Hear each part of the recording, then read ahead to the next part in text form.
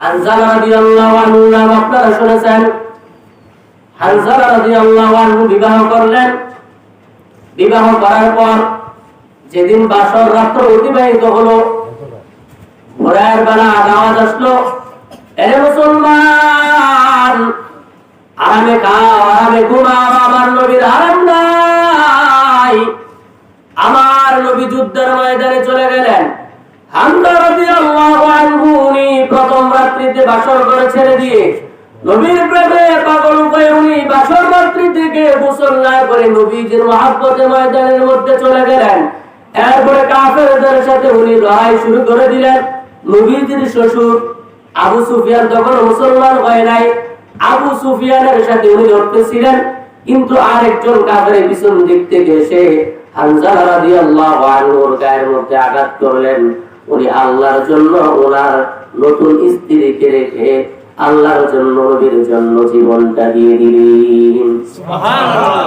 এখন আসেন, গোসল ফরজ হলে কি গোসল করা ফরজ না? কিন্তু উনি গোসল ফরজ অবস্থায় যুদ্ধের ময়দানে চলে গেলেন, মারা গেলেন। শহীদদের তো গোসল দেওয়া হয় না, যেমনি আছে কাফন ব্যতীত এই কাপড়টা দিয়ে যুদ্ধের ময়দানে কবর দেওয়া হয়। কিন্তু হানজালা রাদিয়াল্লাহু আনহু গোসল ফরজ হয়ে রয়েছে। হানজালা রাদিয়াল্লাহু আনহু বিবি স্ত্রী দৌড়ে আসলেন, বললেন, ইয়া রাসূলুল্লাহ, হানজালা কোথায় একটু বুঝে দেখেন। বলে, কি ব্যাপার? বলে যে অন্য শহীদদেরকে যেমনি আপনি গোসল ছাড়া জানাজা দিয়ে দিবেন, আমার হানজালাকে কিন্তু আপনি গোসল ছাড়া জানাজা দিয়েন না, কারণ তার উপর গোসল ফরজ হয়েছে। এই অবস্থায় যখন আপনার খবর শেষ হয়েছে, সে আমার সাথে ডাকে নাই, আরামের ঘুম হারাম করে দিয়ে, আরামের জিনিসগুলো হারাম করে দিয়ে যুদ্ধের ময়দানে চলে আসলে নবীজি বললেন, সাহাবায়ে কেরাম, হানজালা কোথায়? এরপর হানজালা রাদিয়াল্লাহু আনহুকে সামনে আনা হলো। দেখা যাইতেছে নবীজি বলতেছে, এই যে তোমরা তাকায় দেখো, দুনিয়ার মানুষ আমার হানজালাকে গোসল দেয় নাই, বরং ফেরেশতারা রৌপ্যের পাত্রের মধ্যে বৃষ্টির মতো পবিত্র পানি দিয়ে হানজালাকে ফেরেশতারা গোসল দিয়ে দিয়েছে। সুবহানাল্লাহ। হাকিকত সে তো দুনিয়া পে খবর হয়, দুনিয়া কি নুমাইশ পর নজর হয়। হানজালা রাদিয়াল্লাহু আনহু প্রথম দিন স্ত্রীর মহব্বত ছেড়ে দিয়ে আল্লাহর মহব্বতে পড়ে, নবীর মহব্বতে পড়ে যুদ্ধের ময়দানে চলে গেলেন। তো এই কাহিনীগুলো শুনলে আমাদের মতো কল্পনার মতো মনে হয়। হ্যাঁ, যদি বলি ভাই আসেন ইসরায়েলের বিরুদ্ধে মুসলিম ফিলিস্তিনদের পক্ষে এসে তরবারি ধরে যুদ্ধ করেন, প্রত্যেকে একজন রাজি হইবেন না। যুদ্ধ যাবে দূরের কথা, একটু মিছিলে যাইতে বলছিলাম, কই যার মতো শেষে চলে গেছে। তো যুদ্ধ যেতে কি আপনারা রাজি? হাত ধরে আপনাই আনতেছে, এমনি বলবেন ঠিক আছে, কিন্তু আনতেছে। তো এখন আসেন, যেটা করণীয়, আমার মাথার উপর 100টা কোরআন শরীফ দেন, এরপর আমি কসম করে বলি, আমরা কি ফিলিস্তিনিদের বুকের মধ্যে তরবারি আঘাত করতেছি কিনা? ইসরায়েলরা যেমনি ভাবে ফিলিস্তিনিদের উপর বুকের উপর তরবারি মারতেছে, আল্লাহর কসম আমরাও ফিলিস্তিনিদের বুকের উপর তরবারি মারতেছি। কেমনে? একটু আগে বললাম, আমরা যে বাজার থেকে পণ্যগুলো কিনতেছি, প্রায় পণ্যগুলো ইহুদিদের, কাদিয়ানীদের। আমি 1 টাকার একটা পণ্য কিনা মানে, যদি এই দোকানে আমি দিলাম, এই দোকানদার দিবে আরো বড় দোকানদারকে, সে দিবে আরো বড় দোকানদারকে, এরপরে দিবে সে কোম্পানিকে। এই কোম্পানি সর্বশেষ যাবে ইহুদিদের হাতে। এই ইহুদিরা এই টাকা দিয়ে অস্ত্র কিনে, বোমা কিনে মুসলমানদের কলিজা চাচরা করে দিতেছে। আল্লাহর কসম 100টা কোরআন শরীফ আমার মাথার মধ্যে দেন, 1 টাকা ইহুদিদের পণ্য কিনা মানে মুসলমান একজন জান্নাতি, খাঁটি একজন আল্লাহর বান্দা, খাঁটি নবীর আশিক, জান্নাতি একটা মানুষের কলিজার মধ্যে আপনি ছুরি দিয়ে আঘাত করা। আল্লাহর কসম 100টা কোরআন শরীফ আমার মাথার মধ্যে দেন। তাহলে আমরা কি ইহুদিদের পণ্যগুলো কিনতেছি না কিনতেছি না? বলেন, পৃথিবীর প্রত্যেকটা মুসলমান যদি বলে যে দরকার হলে আমি সাবান যদি ইহুদিদের পণ্য ছাড়া অন্য সাবান না থাকে আমি ব্যবহার করবো না, ইহুদিদের সাবান ছাড়া অন্য কোনো সাবান নাই? লাইফ বয়, লাক্স, এগুলা তাদের, এগুলা বাদ দিয়ে আপনি আপাতত অন্য সাবান ব্যবহার করেন। প্রত্যেকটা জিনিসের বিপরীত অন্য জিনিস আছে কিনা? সবাই শিক্ষিত, মোবাইলের মাধ্যমে সবাই সবকিছু জানেন। কোন জিনিসটা ইহুদিদের, এটা আপনি দেখেন। আজকের পর থেকে কি আর ইহুদিদের পণ্য চলবে? আমি একটা নিয়োগ করছি কালেকশনের, এটা করলে আরেকটা কালেকশন আছে, খালি দেরি হয়ে গেল, তার 15 বেশি আর দেরি করতাম না। চাইছিলাম যে ইহুদিদের কি কি পণ্য এগুলা বিশাল বড় বড় করে ব্যানার আকারে রাস্তার মোড়ে মোড়ে, বিশ্ব রোডের মোড়ে টানটা দিয়ে গেল, সব জায়গায় টানে দিতাম। এটার জন্য কালেকশন করতাম না বলে আরেকটা কালেকশন আছে, দিতাম না। এই যে মাইক দিয়ে সিলেতেছি, এই যে মিশিংটা, এই মিশিংটার বাবদ 5,000 টাকা। এই যে আব্দুল কুদ্দুস ভাই, তাহলে আমি হুজুর দিকে গালি দেওয়ার বাকি, এর পরে কত ব্যবহার করা না স্বাভাবিক। আমরা যদি আমার বেতন না মেনে থাকবো, হ্যাঁ, তো বেটা যতই হোক মিশিংটার টাকাটা বেটা দিতে হবে না। এরপর অনেক সময় মন মেজাজ খারাপ হয়ে যায়। ব্যাপার আজকেও কয়েকবার আজকে সকালে মনে আছে যে 5,000 টাকা আজকে একটু দিতেই হবে। এরপরে যে ব্যানারের কথা বললাম, এটা পরেটা, এটা পরে। এখন 5,000 টাকা, এই যে মাইক দিয়ে আওয়াজ হইতেছে, আপনারা এতগুলো মানুষ শুনতেছেন, বাইরের কত মা বোনেরা শুনতেছে, তো প্রত্যেকেই তো অল্প অল্প করে কিছু হলেও শিখতেছে। মাইক যদি না হয়, যদি খালি গলা বলি শুনবেন, এই মাইকের মাধ্যমে কত মানুষ দিনের কথা শুনতেছে। আপনি যদি মিশিংয়ের টাকাটা দেন, আল্লাহ কসম যতগুলো মানুষ শুনে শুনে আমল করবে, শিখবে, এর মানে সওয়াব সে যা পাবে আপনিও তা পেয়ে যাবেন। সেজন্য কি আছেন ভাই, যে মিশিংয়ের বাবদ 5,000 টাকা তার হুজুর আমি ইনশাআল্লাহ আমি একাই দিয়ে ফেলবো। কত ধরনের অন্যায় অপরাধ হয়ে যাবে তার দ্বারা, কত ধরনের লোকসান, ব্যবসা বাণিজ্য, অসুখ বিসুখ, কত ধরনের জ্বালা বালা মুসিবতের মধ্যে আছি। আল্লাহ পাক আমাকে সুন্দর জীবন দান করে সব ধরনের বালা মুসিবত গুলো দূর করে দেন, রহমত বরকত নাযিল করেন। যারা আমি মিশিংয়ের টাকাটা দিয়ে দেবো। এবং কে আছেন সোহেল ভাই, আমার ভাই, আল্লাহ পাক আমার ভাইয়ের দানকে কবুল করেন, আমিন। আমার ভাই নজরুল ইসলাম ভাই, হানজালা রাদিয়াল্লাহু আনহু বাবা, সে আবার কাফের, আবু আমের ফাসিক। হানজালা রাদিয়াল্লাহু আনহু বাবার নাম কি? কোন? ফাসিক আবু আমের। তো আমি বুঝতেছি মানে মুনাফিক আব্দুল্লাহ ইবনে উবাই ইবনে সুলুল যে কথাটা বলছে আল্লাহ পাক যে কোরআন শরীফের মধ্যে বলছে, আমি এটা একটু বুঝতেছি। তো সে কি বললো? وَلِيَعْلَمَ الَّذِينَ نَافَقُوا وَقِيلَ لَهُمْ تَعَالَوْا قَاتِلُوا فِي سَبِيلِ اللَّهِ أَوِ ادْفَعُوا قَالُوا لَوْ نَعْلَمُ قِتَالًا لَاتَّبَعْنَاكُمْ هُمْ لِلْكُفْرِ يَوْمَئِذٍ أَقْرَبُ مِنْهُمْ لِلْإِيمَانِ يقولون بأفواههم ما ليس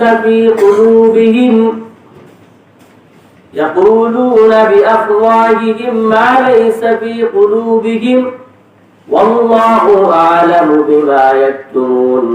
মুনাফিক বলতেছে যে এটা তো কোনো যুদ্ধ না। قالوا لا تربوا লাউ তাআলামু, যদি আমরা জানতাম, না আলামু কিতালা, যুদ্ধ লাত্তাবানাকুম, তাহলে আমরা তোমাদের অনুসরণ করতাম। ইয়াকুলুনা বিআফওয়াহিহিম মা লাইসা বিকুলুবিহিম, তারা মুখের মধ্যে এমন কথা বলতেছে যেগুলা তাদের অন্তরে নাই। মুনাফিক মুখে বলে একটা, অন্তরে বলে আরেকটা। তো হানজালা রাদিয়াল্লাহু আনহু বাবা আবু আমের, সে প্রথম আসতো যুদ্ধ করার জন্য। আমি আরেকদিন বলছিলাম, তখন যুদ্ধ হইতো সারিবদ্ধভাবে, কাফেররা এক সাইড, মুসলমানরা আরেক সাইড। তো হানজালা রাদিয়াল্লাহু আনহু বাবা সর্বপ্রথম আসলেন যুদ্ধ করার জন্য।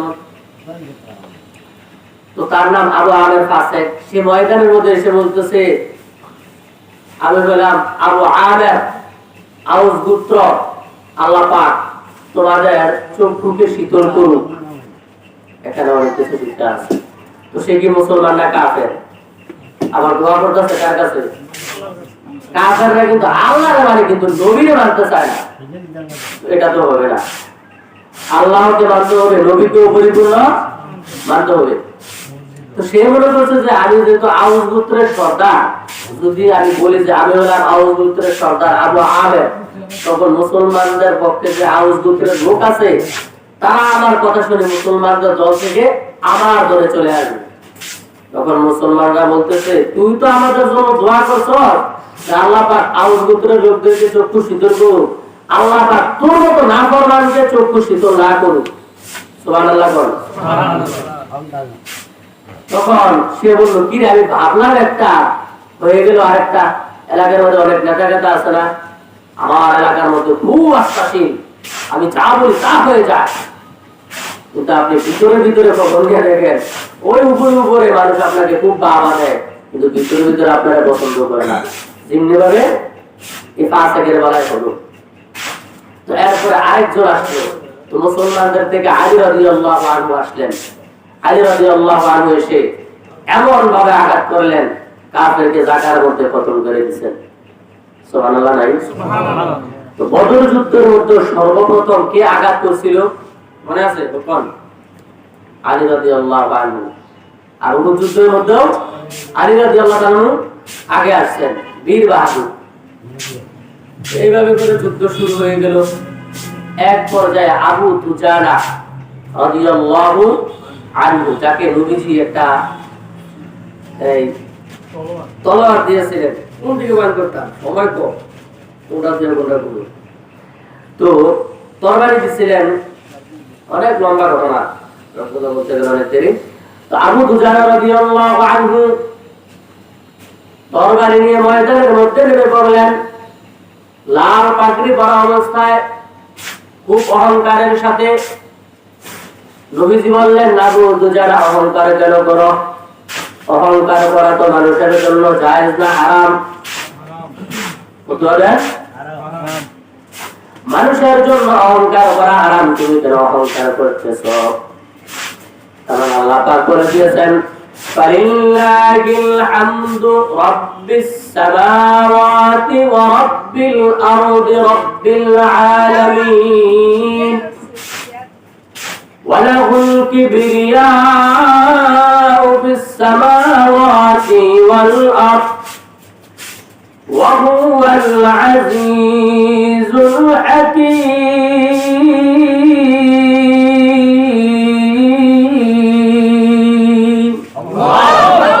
অহংকারের মালিক একমাত্র কে? আল্লাহ। নবীজি বললেন, আবু দুজানা এভাবে অহংকার কেন করতেছ? এরপর নবীজি বলে দিলেন, তোমাদের যুদ্ধের ময়দানে কাফেরদেরকে ভয় দেখানোর জন্য অহংকার করা জায়েজ আছে। তাহলে বলুন তো দেখি, আমাদের জন্য অহংকার জায়েজ নাকি হারাম? আমরা অহংকার করিনি। 24 ঘন্টাতে 26 ঘন্টা অহংকার কি ভাব? সালাম দিলে সালামের উত্তর দিতে চায় না, সালাম তো দেয় না, আবার সালাম দিলে উত্তরও দিতে চায় না। বাপ নিয়ে থাকে রে ভাই, এই বাপ তোমার একদিন ফুরিয়ে যাবে। আল্লাহ পাক আরেক জায়গার মধ্যে বলেন, তুই কত বড় অহংকার করবি, তুই কি অহংকার করতে করতে পাহাড়কে ছিঁড়ে ফেলতে পারবি কিনা? অতএব অহংকার করা একমাত্র আমার আল্লাহর কাজ। অহংকার করা মানুষের জন্য হালাল না হারাম? হারাম। একটা শিক্ষা মনে রাখবেন। এরপর আবু দুজানা রাদিয়াল্লাহু আনহু কচু কাটার মতো কাফেরদেরকে হত্যা করতেছেন। এক পর্যায়ে গিয়ে আবু সুফিয়ানের স্ত্রী হিন্দা, আবু সুফিয়ানকে যদিও প্রথমে কাফের ছিল কিন্তু পরবর্তীতে মুসলমান হয়ে গেছে, একবার এমন জিদ লাগে, কারণ নবীজি অনেক কষ্ট দিয়েছে আল্লাহ। যাই হোক, রাদিয়াল্লাহু আনহু বলতে হয় নাকি? কিতাবের মধ্যে কিন্তু আল্লাহ জানে, রাদিয়াল্লাহু আনহু লেখে না, আবু সুফিয়ান লেখে। নবীজির কত কষ্ট দিয়েছে, কি ভাগ্য ভাই! হ্যাঁ, সারা জীবন নবীদের কষ্ট দিয়া পরে সর্বশেষ দিকে মুসলমান হয়ে গেছে। যাই হোক, সব আল্লাহর ইচ্ছা। রাদিয়াল্লাহু আনহু বলি নাকি, কিতাবের মধ্যে নাই, কিন্তু সাহাবী। আবু সুফিয়ানের স্ত্রী হিন্দা নবীজির কে বলেন তো দেখি? আবু সুফিয়ান নবীজির শ্বশুর হইলে, আর হিন্দা হইল নবীজির, আবু সুফিয়ানের স্ত্রী। তো হিন্দা নবীজির কি হয়? বুঝলেন না তো? কোন? শাশুড়ি। এই হিন্দা আবু দুজানা রাদিয়াল্লাহু আনহু মারতে মারতে মারতে মারতে নবীজির শাশুড়ি হিন্দার কাছে চলে আসলেন। তখন কিন্তু তারা মুসলমানদের বিরুদ্ধে আবু দুজানা রাদিয়াল্লাহু তাআলা এমন ভাবে তরবারি উঠাইলেন, কিন্তু পরবর্তীতে দেখতেছে যে মহিলা, নবীজি তো বলছেন, মহিলাদেরকে তোমরা মারবা না, শিশুদেরকে তোমরা মারবা না, বৃদ্ধদেরকে তোমরা মারবা না। যেমনি ভাবে ফিলিস্তিনের মুসলমানরা ইসরায়েলের সৈন্যদেরকে যদি শিশু বাচ্চা পায় তাহলে তারা মারে না, বৃদ্ধদেরকে মারে না, নারীদেরকেও মারে না। কিছুদিন আগে দেখলাম 2 জন বৃদ্ধা মহিলাকে হামাসের যোদ্ধারা ধরে নিয়ে গেল। তাদেরকে এমন সেবা শুশ্রূষা করলো, তারা হামাসের মুসলমানদের প্রতি খুশি হয়ে গেল। আর ইহুদি বড় বড় জাতি তারা তো মুসলমানদেরকে মারতেছে, বৃদ্ধদেরকে মারতেছে, শিশুদেরকে মারতেছে, মহিলাদেরকে মারতেছে, এমনকি হাসপাতালের মধ্যে রোগীদেরকে মেরে শেষ করে দিতেছে। নাউজুবিল্লাহ নাই? তারপরে ইসরায়েলরা কাদের গোষ্ঠী? কাফেরদের গোষ্ঠী। আর আমার ফিলিস্তিনের মুসলমান কাদের গোষ্ঠী? নবীজির গোষ্ঠী। কার গোষ্ঠী? আল্লাহ পাক যেন ফিলিস্তিনদেরকে বিজয় দান করেন, বলেন আমিন। তারপরে এখান থেকে আরেকটা শিক্ষা গ্রহণ করা গেল, আবু দুজার রাদিয়াল্লাহু আনহু মহিলাদেরকে ছেড়ে দিলেন। আমার ফিলিস্তিনের মুসলমানরা মহিলাদেরকে মারেন না, বাচ্চাদেরকে মারেন না এবং বৃদ্ধদেরকে মারেন না। তাহলে আল্লাহ পাক যেন ফিলিস্তিনের মুসলমানদেরকে বিজয় দান করেন, সকলে বলেন আমিন। এখান থেকে শিখার কিছু আছে কিনা? আছে। এরপর আসেন সাইয়্যিদুশ শুহাদা হযরত হামজা রাদিয়াল্লাহু আনহু। সাইয়্যিদ মানে সরদার, সমস্ত শহীদদের সরদারকে হযরত হামজা রাদিয়াল্লাহু আনহু। এই হামজা রাদিয়াল্লাহু আনহু এই হিন্দার বাবাকে বদর যুদ্ধে মারছিল। তখন এই হিন্দা বা জুবাইর ইবনে মুতঈম দুইজনের একজন বলছিল তাদের গোলাম ওয়াহশীকে, ওয়াহশী তুমি যদি আমার বাবা বা চাচার হত্যাকারী হামজাকে হত্যা করতে পারো তাহলে তোমাকে আমি আজাদ করে দিব। তো সেই যুদ্ধের ময়দানে চলে গেল হামজা রাদিয়াল্লাহু আনহু।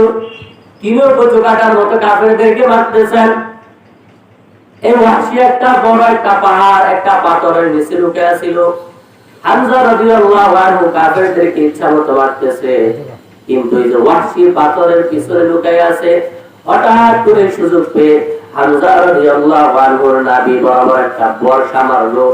এমন জোরে বর্ষা মারলো হামজা রাদিয়াল্লাহু আনহুর পেটের দিক দিয়ে ঢুকে পিঠের দিক দিয়ে বের হয়ে গেল। হামজা রাদিয়াল্লাহু আনহু আরো কিছুক্ষণ কষ্ট করে করে সামনের দিকে হাঁটতে শুরু করলেন, কিন্তু একটু সামনে গিয়ে মাটির মধ্যে পড়ে গেলেন। হামজা রাদিয়াল্লাহু আনহু এমন বীর বাহাদুর, কিন্তু আল্লাহ এবং আল্লাহর রাসূলের জন্য জীবনটা দিয়ে দিলেন। সুবহানাল্লাহ। তিনি কি মারা গেছেন নাকি শহীদ হয়েছেন? শহীদরা কি মৃত নাকি জীবিত? জীবিত।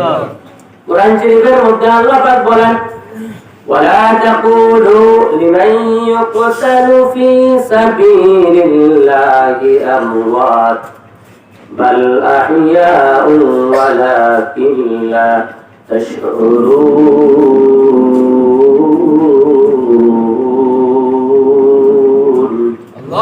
ওয়ালা তাকুলু তোমরা বলো না লিমান ইউকতালু যে ব্যক্তি নিহত হলো ফি সাবিলিল্লাহি আল্লাহর রাস্তায়, আমওয়াত মৃত বলো না, বাল আহইয়া বরং তারা জীবিত, বরং তারা জীবিত। ওয়ালাকিন লা তাশউরুন, কিন্তু তোমরা বুঝো না। আল্লাহ পাক বলতেছে শহীদরা শুধু শহীদ না, বরং তারা আল্লাহর পক্ষ থেকে রিজিক প্রাপ্ত, আল্লাহর পক্ষ থেকে রিজিক প্রাপ্ত। ওয়ালা তাহসাবান্নাল্লাযীনা কুতিলু ফি সাবিলিল্লাহি আমওয়াতা বাল আহইয়াউন ইনদা রাব্বিহিম ইউরযাকুন।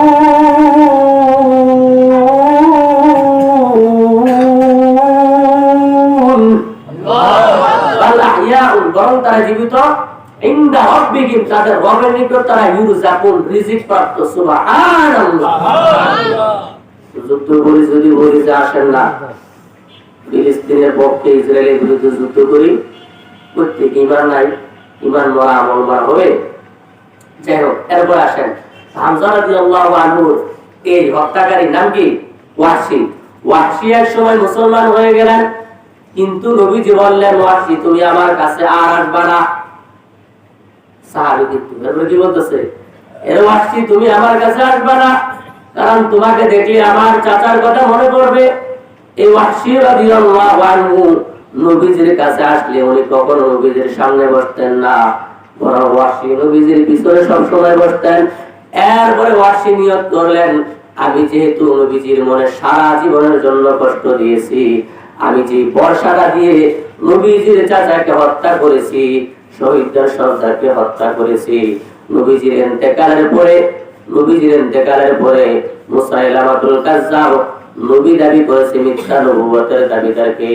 এই ওয়াহশী যেই তরবারি, যেই তীরটি দিয়ে বর্ষাটি দিয়ে নবীজির চাচাকে হত্যা করেছিলেন, ওই বর্ষাটি দিয়ে মুসলমানের শত্রু মিথ্যা নবুয়তের দাবিদার মুসাইলামাতুল কাজ্জাবকে একইভাবে হত্যা করেছে। সুবহান আউলিয়া রাকার উকবার খুদিয়ার জাহেলারা কায় দুনিয়ার খতিয়ার। তাহলে ওয়াহশী যেহেতু বিরাট বড় একটা ক্ষতি করে ফেলছে, উনি নিয়ত করেছে আমি যেহেতু বিরাট বড় ক্ষতি করে ফেলেছি আমার বিরাট বড় একটা উপকার করব। তো এখন আসেন ভাই কিছু বাস্তব কথা অল্প একটু টাচ দিয়ে বলি। এই যে আমাদের যাদের চুলগুলো নবীদের সুন্নত তরিকা মতো নাই, যাদের চুলগুলো সুন্নত তরিকা মতো নাই, যাদের দাড়িগুলো সুন্নত তরিকা মতো নাই, আমাদের যাদের পোশাকগুলো সুন্নত তরিকা মতো নাই, আমরা কি নবীজির মনের মধ্যে কষ্ট দিয়েছি কিনা? কথা বলেন না? 20 মিনিট আলোচনা করলেন, খুব ভালো লাগলো। তো এখন যে আর বলে করছেন শিক্ষা গ্রহণ করতে হবে না? ওয়াহশী রাদিয়াল্লাহু আনহু বলছে যেহেতু আমি একটা ক্ষতি করে ফেলছি, বিরাট বড় একটা উপকার করে দিব। প্রত্যেকে নিয়ত করেন যেহেতু আমি এতদিন ইসলামের বিরুদ্ধে চলছি, এখন ডাবল ডাবল চলবো। আল্লাহর ওলি যারা তারা রাত্রিবেলা ঘুমানোর সময় চিন্তা করতে যান ফজর থেকে নিয়ে এই ঘুমানোর আগ পর্যন্ত কয়টা খারাপ কাজ করলাম, যতটা খারাপ কাজ করলাম এতটা ভালো কাজ করলাম কিনা। যদি ভালো কাজের সংখ্যা কম হয় তাহলে এতটা ভালো কাজ করে বরং খারাপ কাজের থেকে আরো বেশি ভালো কাজ করে এরপরে ঘুমাইতেন। ওয়াহশী রাদিয়াল্লাহু আনহুর ঘটনা বলে যে আপনাদের মূল্যবান সময় নষ্ট করলাম, কিছু শিখতে হবে না?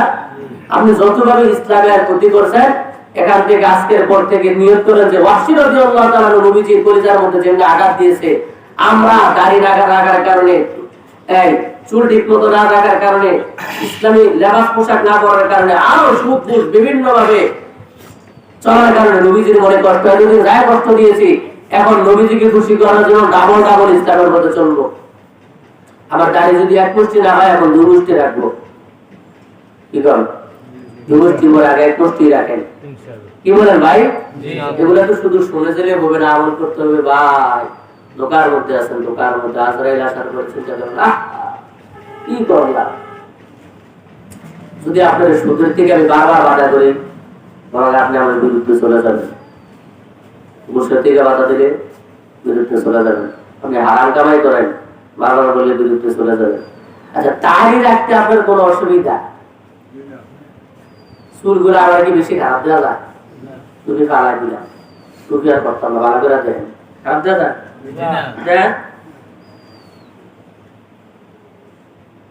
যার চুলটা এখানে সবচেয়ে বেশি বড় তারা একটা বেশি বাচ্চাদের মতন দেওয়া যায়, আমার একটা ফকিরের বাচ্চার মতন দেওয়া যায়। তাহলে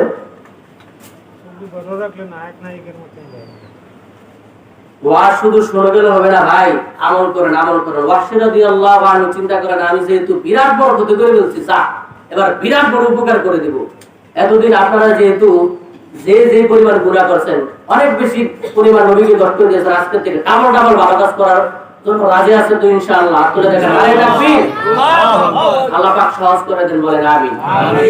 আরেকটা ঘটনা বলে শেষ ইনশাআল্লাহ। প্রতিদিন দেরি হয়ে যায়, আজকে দেরি হবে না, 2 মিনিটের মধ্যে ছেড়ে দিচ্ছি।